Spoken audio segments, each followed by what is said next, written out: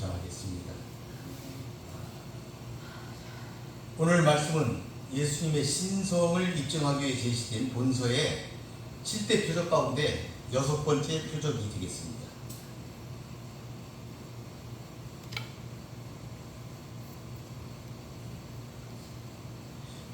이렇게 예수님의 신성을 입증하기 위한 표적을 연이어 기록한 것은 예수 그리스도는 하나님이 보내신 독생자이시며 구원자 되심을 믿어 우리로 구원을 얻게 하기 위함임을 먼저 우리가 깨달아야 하겠습니다.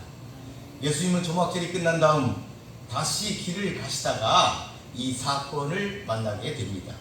그러나 이 사건이 발생한 시점은 정확하지 않습니다. 다만 AD 29년의 초막절과 수전절 사이의 어느 때 예루살렘에서 발생한 사건인 것만은 분명합니다. 그리고 이 사건은 예수께서 자신은 세상의 빛이라고 증거하신 것을 구체적으로 확증해 보이신 점에서 의의가 크다 할 수 있겠습니다. 즉 예수님은 보지 못하는 자들로 보게 하는 것, 어둠이 아니라 빛에 거하게 하시기 위해 이 땅에 오셨음을 가르쳐 주신 말씀임을 우리들이 깨달아야 하겠습니다. 오늘 본문은 크게 세 문단으로 나뉘어져 있습니다. 첫째는 날 때부터 맹인된 자의 그 실명 원인에 대해 예수님과 제자들 간의 문답이 5절까지 되어 있고, 6, 7절은 예수께서 날 때부터 맹인된 자의 눈을 뜨게 하신 것, 그 다음에 8절에서 12절까지는 치유받은 맹인과 이웃사람들 사이의 대화가 기록되어 있습니다. 오늘 본문을 통하여 우리도 눈이 열리는 축복 누리시기를 바라겠습니다. 그리고 우리 곁에 영적으로 눈먼 자들이 있다면 정죄가 아니라 측은히 여기는 마음으로 도움을 주는 성도가 되시기를 바라겠습니다. 1절 보니까 예수께서 길을 가실 때 날 때부터 맹인된 사람을 보셨다. 이 구절은 예수님과 그 일행이 사람들이 많은 어느 지역을 지금 지나시는 중이었음을 알게 합니다. 하지만 그것이 어디이고 그때가 구체적으로 언제인지는 아무 기록이 없습니다. 다만 실로암 못이 가까이에 있었다는 점과 바리새인들 사이에서 안식일 논쟁이 재연된 것 등으로 미루어 예루살렘의 한 지역에서 어떤 안식일에 일어난 일이었다 하는 것을 우리들은 짐작해 볼 수가 있습니다. 그렇게 예수님은 길을 가시다가 맹인된 사람을 보시게 된 것입니다. 그 맹인이 예수께서 지나가심을 듣고 일부러 눈에 띌 만한 곳에 있었는지는 우리가 알 수 없지만 본문은 예수님께서 능동적으로 그 맹인을 보셨다는 사실을 기록함으로써 도움이 필요한 사람을 지나치지 않으시는 예수님의 긍휼히 여기시는 그 행동이 잘 부각되어 있습니다. 이렇게 예수님은 언제든지 문제가 있는 자들을 찾아오시는 분이십니다. 문제가 있는 사람, 병든 사람을 찾으십니다. 그러므로 어떤 공경에 처한 사람이라도 쉽게 절망하고 포기해서는 안 됩니다. 예수님의 시선이 나와 내 문제를 포착하실 때까지 인내로서 기다려야 하는 것입니다. 요한이 본절에서 예수의 치유의 이적을 경험한 사람이 날 때부터 맹인된 사람이다 이렇게 밝힌 것을 보았을 때 이 맹인된 사람의 이 병은 인간 의술로는 치료가 불가능한 불치의 병이다 하는 것을 우리가 알 수가 있습니다. 이 대목을 통하여서 예수님의 신적인 절대 능력이 일어날 것이다 하는 것을 예측해 볼 수가 있겠습니다. 그러므로 우리는 예수님이 우리의 문제를 찾아주신다는 것을 깨닫고 늘 기도하며 기다리시는 성도가 되시기를 바라겠습니다. 2절 보니까 제자들이 물어 이르되 라비여 이 사람이 맹인으로 난 것이 누구의 죄로 인함이니까 자기니까 그의 부모니까. 당시 죄에 관한 유대인들의 일반적인 관념을 엿볼 수 있게 하는 부분입니다. 다른 유대인들과 마찬가지로 제자들 숫자도 이 소경은 분명히 누가 죄를 지었던 죄의 결과로 이 사람에게 이런 죄가 임했다 이렇게 생각하였던 것이죠. 그래서 그 원인이 자기에게 있는지 부모에게 있는지 그 원인을 질문하였던 것입니다. 유대교 학자 중 어떤 이들은 사람이 아직 모태에 있을 때에도 죄를 범할 수 있다고 믿었습니다. 즉 태아 때부터 사람은 악한 영향을 받게 된다는 것을 그들은 말하고 있습니다. 이뿐 아니라 유대인들은 구약을 왜곡하고 잘못 이해해서 자식이 부모의 죄를 상속한다고 생각하고 있었기 때문에 이와 같은 질문을 한 것으로 볼 수가 있습니다. 그러나 구약 성경의 기록은 죄의 상속을 말하는 것이 아니라 죄의 영향력을 말하는 것입니다. 사람들이 이를 죄의 상속으로 오해한 것입니다. 욥기를 통해서도 우리는 질병이나 재난이 반드시 죄의 결과는 아님을 알 수가 있습니다. 모든 질병을 죄와 연관짓는 유대적 사고는 성경적이 아닙니다. 자식이 부모의 죄를 상속하게 된다는 주장도 마찬가지입니다. 하나님은 죄에 대한 책임을 당사자에게 물으신다고 에스겔서에서 말씀하고 계십니다. 그리고 이것은 반드시 죄로 나타나는 것도 아닙니다. 그래서 죄인이 이 세상에서는 복락을 누리게 되는 경우도 얼마든지 이 땅에서 일어나고 있는 것을 여러분들은 잘 목도하고 있습니다. 죄인이 잘 사는 것, 그것이 이 땅에서 일어나고 있는 것을 여러분도 인정하고 있는 바입니다. 마찬가지로 인간의 모든 죄를 어떤 사람의 구체적인 죄의 결과로 생각하는 것도 잘못된 것입니다. 죄의 원인은 여러 가지 있을 수 있으며 때로는 신앙의 성장이나 더 큰 축복을 위한 방편도 될 수가 있다는 사실을 우리가 깨달아야 하겠습니다. 물론 질병 가운데에는 죄 때문에 발생하는 질병도 있습니다. 그런데 이를 일반화시켜 당사자의 죄와 부모의 죄 가운데 어느 하나와 구체적으로 연결시키려는 이러한 제자들의 질문은 당시 유대인들의 사상을 거스리지 않고 그대로 반영하여 질문한 것으로서 매우 어리석은 행위였습니다. 여러분도 죄의 원인을 일반화시켜 판단하는 어리석음을 범하지 마시기를 바라겠습니다. 3절에 보니까 예수께서 대답하시되 이 사람이나 그 부모의 죄로 인한 것이 아니라 그에게서 하나님의 하시는 일을 나타내고자 하십니다. 제자들의 질문에 대한 예수님의 답변은 그들이 기대하는 것과 달랐습니다. 이건가 이것입니까 이것입니까 질문했으면 예수님이 아니 이거다 이렇게 대답하셨어야 되는데 예수님은 다른 각도에서 대답하신 거예요. 예수님은 이 질병을 하나님의 계획과 결부시켰던 것입니다. 이렇게 볼 때 예수님은 사람들의 생각과 관점을 의도적으로 전환시켰다, 이렇게 볼 수가 있습니다. 즉 사람들의 생각은 온통 이 사람이 소경으로 태어난 원인과 그 배경에 몰려 있었습니다. 그것은 전혀 유익이 없는 호기심의 차원이었습니다. 그리고 과거 지향적이었습니다. 과거에 그들에게 무슨 일이 있었는가 하는 한계를 그들은 넘어서지 못하고 있는 것이지요. 그런 사람들을 향해 예수님은 전혀 새로운 차원을 말씀하십니다. 그것은 이 사람의 존재의 목적입니다. 이 사람이 왜 존재하는가? 존재의 원인이 아닌 존재의 목적을 말하고 있습니다. 사람들에게 죄의 결과로 소경이 된 것으로 인식된 이 사람은 예수님의 말씀에 의해 그의 존재의 목적이 놀랍게도 하나님의 일과 긴밀히 관련되어 있다 하는 것이 밝혀지는 것이죠. 그것은 단순한 치유가 아닌 계시 차원인 것입니다. 하나님은 그를 통해 하나님이 사람들에게 혹은 인류에게 활짝 보여주시고자 하는 어떤 일, 그것을 밝히기를 원하셨던 것입니다. 그것이 이 사람이 맹인으로 산 목적이며 그 자리에 있는 목적이 되겠습니다. 예수님은 처음부터 이 사람이 왜 맹인이 되어 태어났는가 하는 것에는 관심이 없었습니다. 그래서 이 사람이 할 수 있는 일이 무엇인가, 하나님께서 이 사람을 통해 무엇을 하실 수 있겠는가 하는 미래지향적 관심으로 가득 차 있게 된 것이지요. 예수님은 사람들의 과거지향적 관심을 미래지향적으로 이끄셨습니다. 어떤 유형의 사람도 예수님이 매개가 될 때 그에 대한 관심은 과거에서 미래로 급격히 전환되는 것입니다. 여러분도 존재의 목적에 따라 미래지향적 관점으로 늘 생각하고 판단하는 성도가 되시기를 바라겠습니다. 아멘.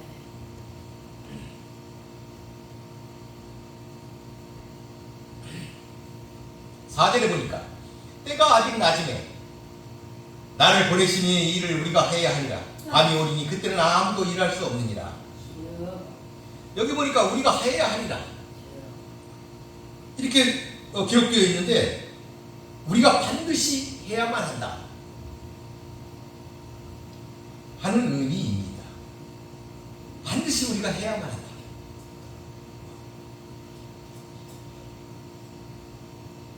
그래서 이 본절을 보게 되면 아무도 일할 수 없는 때가 오고 있음을 지금 언급하고 있습니다. 즉 일할 수 없는 밤으로 묘사된 이 때가 빠르게 예수 자신과 우리 각 사람들에게 오고 있는 것입니다. 일할 수 없는 때, 그때가 반드시 온다는 거죠. 그러니까 일할 수 있을 때 우리가 일을 해야만 한다.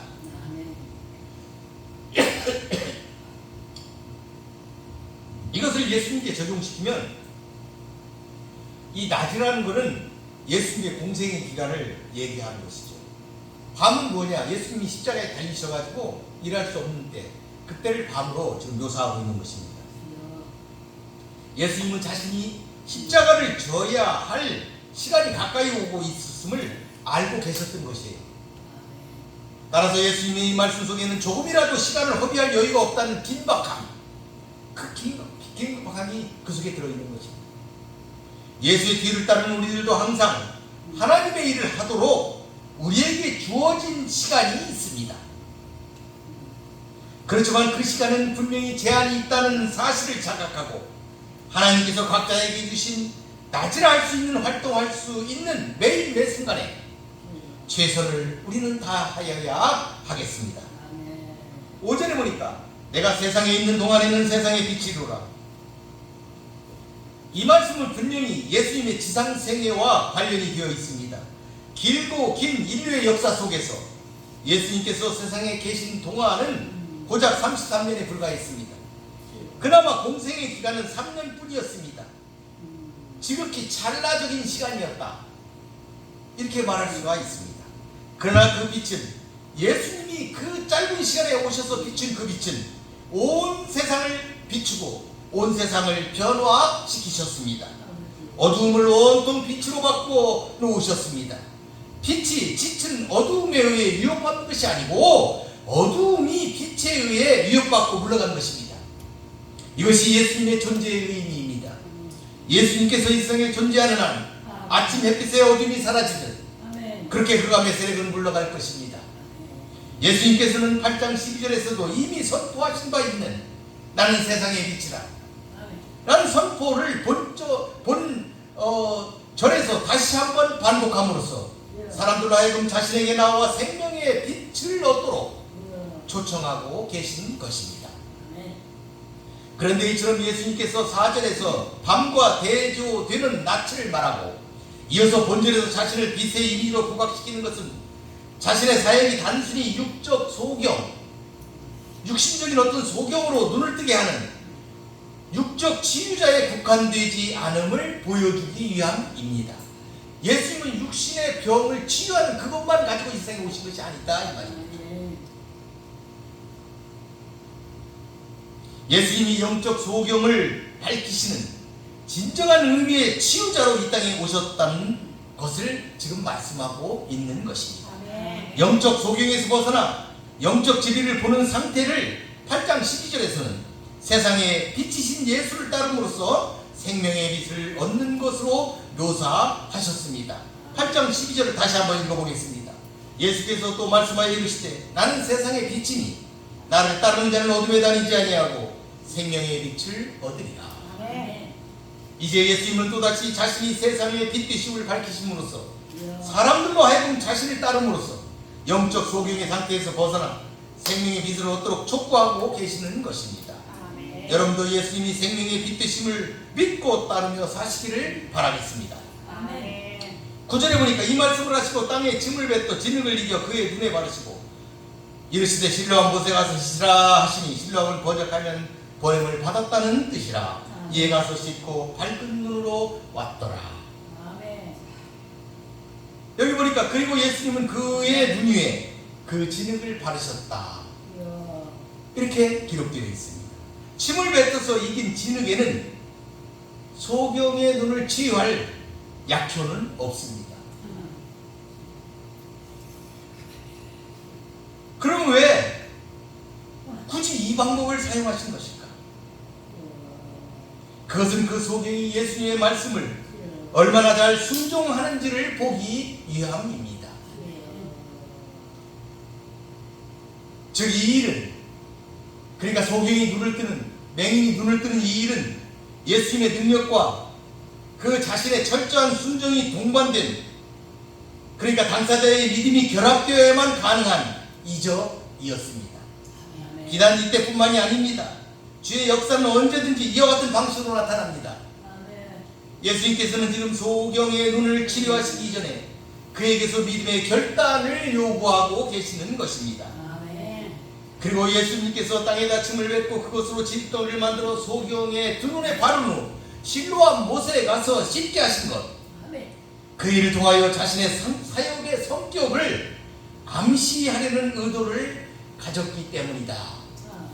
이렇게 우리는 그것을 해석하여야 하겠습니다. 즉 이 말씀은 뭐냐면, 요한은 예수께서 성부 하나님께로부터 보내심을 받은 자임을 암시하기 위해서 이 표현을 의도적으로 삽입했다. 뭐냐? 보내심을 받았다. 실로암이 무슨 뜻이냐? 번역하면 보냄을 받았다. 이것을 지금 사도 요한이 거기에 기록을 했다 이 말입니다. 왜 기록했을까? 의도적으로 썼다 이 말입니다. 그러니까 요한은 이 실로암 연못을 예수님을 상징하는 이미지로 사용한 거예요. 예수께서 영적인 맹인의 눈을 밝히기 위하여 이 땅에 보냄을 받으신 분이다. 그런 메시아이시다. 보냄을 받으신 메시아이시다 하는 것을 나타내기 위해서 그런 실로암이 무슨 뜻인지 그것을 밝혔고, 예수님이 그 맹인에게는 실로암에 가서 씻자 이렇게 했다는 것이죠. 그러니까 그 실로암이라는 단어 그 속에는 이와 같이 예수님의 사역이 어떤 것인가, 예수님이 어떤 성격을 가지고 있는지, 그것을 지금 이런 문장을 통해서, 이 사건을 통해서 이렇게 은유적으로 표현하고 있는 것이다 하는 것을 여러분들이 잘 깨달으시기를 바라겠습니다. 예수님은 이 맹인에게 실로암 못에 가서 여러 번 씻으라고 하지 않으셨습니다. 단 한 번만 씻도록 명하신 거예요. 과거 아람의 군대 장관 나아만이 문둥병을 치료하고자 엘리사에게 왔을 때 선지자는 그에게 요단강에 가서 7번 씻으라고 말하고 돌려보냈습니다. 만약 예수님께서 이 맹인에게 7번 씻으라고 말씀하셨다면 이 소경은 더 큰 확신을 가졌을지도 모릅니다. 왜? 구약에 있는 내용이 있으니까. 그런데 예수님은 한 번만 씻으라 그런 거예요. 여러 번 씻으라고 하지 않으셨어요. 그냥 씻으라고만 하셨어요. 그의 신앙을 다시 한번 점검하신 것입니다. 이제 주사위는 던져졌고 선택은 맹인의 몫이었습니다. 그는 예수님의 말씀을 믿고 그대로 행하든지, 말도 안 되는 소리라고 비웃고 그대로 떠나든지 선택해야 할 순간이 온 것입니다. 다행스럽게도 이 사람은 믿음의 순종의 길을 택하였습니다. 그 결과 그렇게 보이지 않는 그의 눈이 시력을 찾게 되었습니다. 도저히 불가능한 일로 여겨져 기대조차 할 수 없었던 눈이 뜨이는 기적이 일어나게 된 것입니다. 예수를 믿는 믿음이 그에게 새로운 삶의 기회를 부여해 준 것입니다. 운명적이라고 여기고 체념할 수밖에 없었던 무거운 짐이 예수님을 믿고 순종하는 순간에 그의 인생 밖으로 내던지게 된 것입니다. 이것이 바로 예수님을 믿을 때 기대되는 변화입니다. 누구든지 그분을 진실로 믿고 받아들이면 인간의 힘으로 해결할 수 없는 무거운 짐에서 벗어나 자유하게 됩니다. 세상이 줄 수 없는 진정한 평안과 기쁨을 얻게 된다는 사실을 기억하여 주시기 바라겠습니다. 한편 실로암은 보냄을 받았다라는 뜻이 있는 히브리어에서 유래된 지명입니다. 구약시대 시스기야 왕이 기온샘으로부터 물을 취하기 위해서 수로를 건설했습니다. 그 물이 지금 이곳 실로암까지 흘러오게 된 것입니다. 여러분, 그 성지순례를 갔더니 성지순례를 간 사람들은 요 수로에 전부 들어갑니다.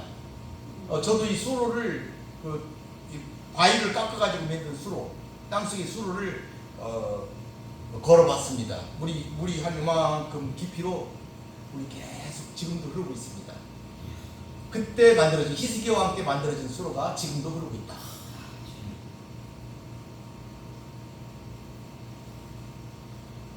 여러분, 나만이나 이 맹인처럼 순종이라는 것은 큰 일을 이루는 능력이라는 점을 명심하여야 합니다. 순종이 능력이 되는 것입니다. 그러므로 순종하여 불가능을 가능으로 변화시키는 역사를 이루시는 성도가 되시기를 바라겠습니다. 8절에 보니까 이웃 사람들과 전에 그가 거리 있는 것을 보았던 사람들이 이르되 이는 앉아서 구걸하던 자가 아니냐. 어떤 사람은 그 사람이라 하며 어떤 사람은 아니라 그와 비슷하다 하거늘 자기 말은 내가 그라 하니. 이 사람은, 그러니까 이 맹인은 어떤 한 장소, 어딘지는 모르겠지만 어떤 장소에서 앉아서 오랫동안 그 길을 지나가는 사람들에게 구걸하며 살아왔던 사람이었습니다. 이것은 당시의 맹인이나 안진맹인들처럼 행동이 부자유스러운 사람들이 목숨의 연명을 위해서 일반적으로 선택하는 생활 방식이었습니다. 예수님께서 예리고에서 만난 소경 바디메오가 그러했고, 베드로와 요한을 만나 고침받은 성전 미문의 거린 또한 그런 처지였습니다. 그들의 새롭게 변화된 모습, 즉 비참하게 구걸로 연명하던 자들이 이제는 정상인이 되어서 이전과는 다르게 살아가는 모습에 많은 사람들이 자기들의 눈을 의심하게 되었습니다. 변화된 성도의 모습을 볼 때 세상 사람들이 나타나게 되는 반응 역시 이것과 비슷합니다. 우리 중에는 그가 예전에 구걸하던 맹인 거지였다가 지금 눈을 뜨고 정상인이 이렇게 되자 그가 아니고 그와 비슷한 사람이다, 이렇게 주장하는 이들도 적지 않아서 서로 간의 논란을 그들은 벌였습니다.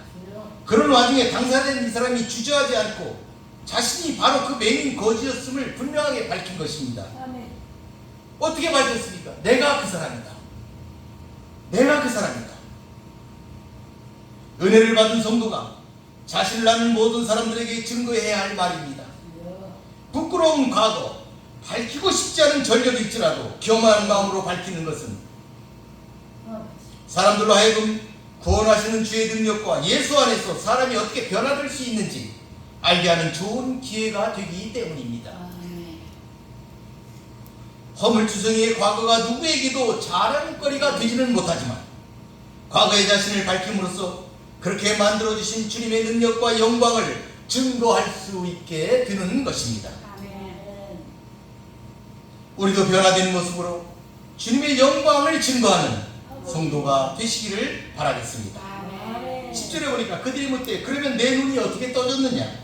대답하되 예수를 아는 그 사람이 진흙을 이겨내는 게 바르고 나더러 실로암에 가서 씻으라 하기에 가서 씻었더니 보게 되었더라.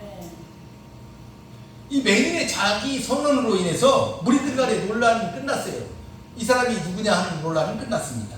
이제는 그에게 일어난 변화의 원인에 관심이 집중되었습니다. 어떻게 눈을 떴는지 질문하는 것은 너무도 당연하였습니다. 그들은 이 사람에게 나타난 놀라운 변화의 근원을 이제 알고 싶어 하였습니다. 이제 맹인이 눈을 뜬 이 일의 근원과 방법을 밝히는 것이 그들의 최대 관심사가 되었습니다. 전에 이 사람에 관한 관심은 온통 누구의 죄 때문인가? 도대체 이 사람이 누구의 죄 때문에 이렇게 눈이 멀었는가? 하는 것이었는데 이제는 어떻게 변했는가? 어떻게 이렇게 되었는가? 하는 강렬한 의문과 호기심으로 가득 차게 되었습니다. 오늘도 예수님으로 말미암아 변화된 성도들에 대해 사람들은 관심을 표명하게 되어 있습니다. 궁금해야 한다 이 말입니다. 은혜를 경험한 사람들, 예수님을 자기 인생의 중심에 모셔드린 사람들은 반드시 변화된 삶을 살게 마련이고 이를 지켜보던 주변 사람들은 어떻게? 라는 질문을 하게 되는 것입니다. 이처럼 변화의 경험은 예수님을 증거할 좋은 기회가 되는 것입니다. 과거 맹인이었던 이 사람이 어떻게 그분의 이름을 알게 되었는지는 알 수가 없습니다. 그의 겉으로 보아 이 사람은 자신에게 새로운 삶을 주신 분이 예수라는 사람임은 알았으나 그가 메시아라는 그 자각에는 아직 이르지 못했던 것이 분명합니다. 많은 이적들과 놀라운 가르침을 베풀었던 예수님은 당시 사람들의 관심이 중심에 계셨던 터라 그 이름은 이미 많은 사람들에게 알려졌을 것입니다. 여기서 우리가 주목해야 할 것은 이 사람의 진솔한 증거입니다. 그는 사실을 있는 그대로 말하였습니다.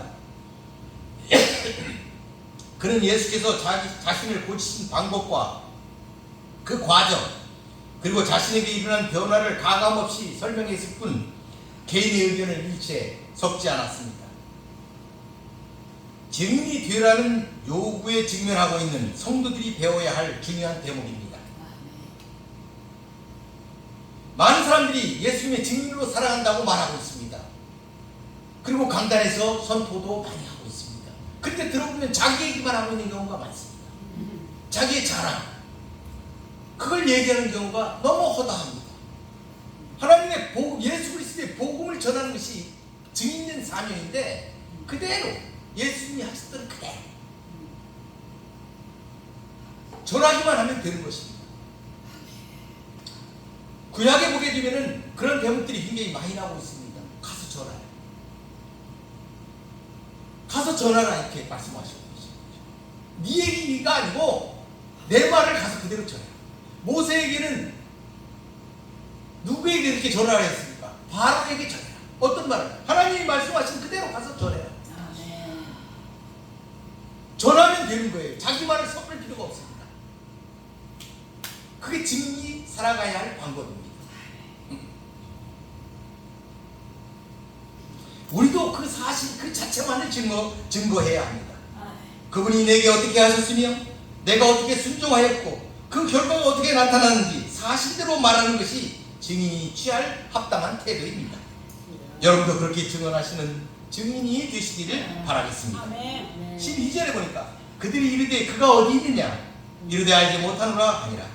사람들의 관심은 맹인이었던 이 사람에게서 이적을 베푼 예수님에게로 자연스럽게 관심이 옮겨가게 되었습니다. 그가 어디에 있느냐? 우리는 이제 은혜를 받은 이 사람에게는 관심이 없어졌습니다. 그를 변화시킨 예수라는 사람을 만나고자 한 것입니다. 그들의 이 열망이 맹인의 말에 대한 불신에서 비롯된 것이지 어떤지는 우리가 확실하게 알 수는 없지만 그들이 예수님을 만나기 원하는 것은 사실이었습니다.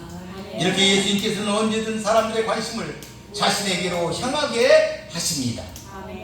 오늘 본문은 예수님이 실로암 못의 상징적인 의미를 통하여 자신이야말로 영적인 맹인이 되어 진리의 빛을 보지 못하는 이 세상 사람들에게 영안을 뜨게 하기 위하여 하나님으로부터 보냄을 받으신 그러한 분임을 사람들에게 알려주고자 하시었습니다. 그것이 바로 이 실로암 못에서 맹인의 눈을 뜨게 하신 예수님이 이렇게 하신 그런 목적입니다. 자신이 하나님께로부터 보냄을 받았다. 그래서 이 세상에 빛을 주기 위해서 오셨다. 너희들은 어두움에 있다. 너희들의 눈이 멀었다. 내가 그 눈을 뜨게 해줄 것이다. 그것을 전하고자 예수님이 하십니다. 그래서 주님은 선천적인 소경의 눈을 뜨게 만드는 기적을 베푸셨습니다. 이 기적은 주님께서 당신이 구약에 예언된 참 메시아라는 증거를 무사람들에게 드러내셨다는 데 의미가 있습니다. 그럼에도 인류의 종교 지도자들은 주님을 알아보지 못하고 정죄하는 일에만 몰두했습니다. 여러분, 만일 주님이 우리 마음의 눈을 뜨게 해주지 않으셨다면 우리도 그들 같은 무지 가운데서 살게 되었을 것입니다. 그러나 주님은 우리 영혼의 눈을 뜨게 해주시고 하나님을 볼 수 있는 믿음의 눈을 선물해 주셨습니다. 그러나 스스로 본다고 하는 자들, 곧 하나님의 율법에 정통하여 진리를 알고 있다고 여긴 자들은 오히려 하나님의 아들 메시아 예수를 전혀 알아보지 못하고 주기에 하는 눈먼 행동을 자행하였습니다. 그래서 예수님은 말씀하셨습니다. 보지 못하는 자들은 보게 하고 보는 자들은 소경이 되게 하려 함이라. 이렇게 예수님 자신이 세상에 오신 목적을 선언하셨습니다. 혹시 우리도 본다 하면서 보지 못하고 듣는다 하면서 듣지 못하는 유대 종교 지도자들의 행태를 본받고 있지는 않은지 두렵고 떨리는 마음으로 항상 우리 자신의 모습을 되돌아보아야 하겠습니다. 아멘. 그러므로 우리는 맹인 같은 우리의 눈을 뜨게 하신 이 은혜에 항상 감사하며 아직도 주님을 몰라보는 사람들에게 주님의 구원의 빛을 전하는 생활을 하여야 하겠습니다. 아멘. 항상 말씀 가운데 계셔서 보고 들을 수 있는 자가 되고 그렇게 말할 수 있는 성도가 되시기를 바라겠습니다. 아멘. 마치겠습니다. 기도하겠습니다. 고맙고 감사하신 아버지 하나님 감사합니다. 오늘은 요한복음에서 맹인의 눈을 뜨게 하신 예수님에 관하여 살펴보았습니다. 이 세상에서 눈을 뜨고 있다 자랑하지만 눈먼 자가 되어서 하나님의 일을 보지 못하는 수많은 사람들이 너무 많이 있습니다. 우리 예수님께서는 그들에게 눈을 뜨라고 말씀하고 계십니다. 요한이 열리기를 예수님은 원하고 계십니다. 예수 그리스도를 믿음으로 그 안에서 은혜를 입기를 원하고 계십니다. 구원받기를 원하고 계십니다. 우리는 이 예수 그리스도가 하나님께로부터 보냄을 받은 자라는 사실, 그 보냄을 받은 예수 그리스도가 구원주로서 이 땅에 오신다는 사실을 굳게 믿고 주님을 따라가 승리하는 삶을 살아갈 수 있도록 도와주시옵소서. 그래서 우리 모두가 둘째 사망에 들어가지 아니할 수 있도록 주께서 축복하여 주시옵소서. 예수님의 이름으로 기도 올리나이다. 아멘.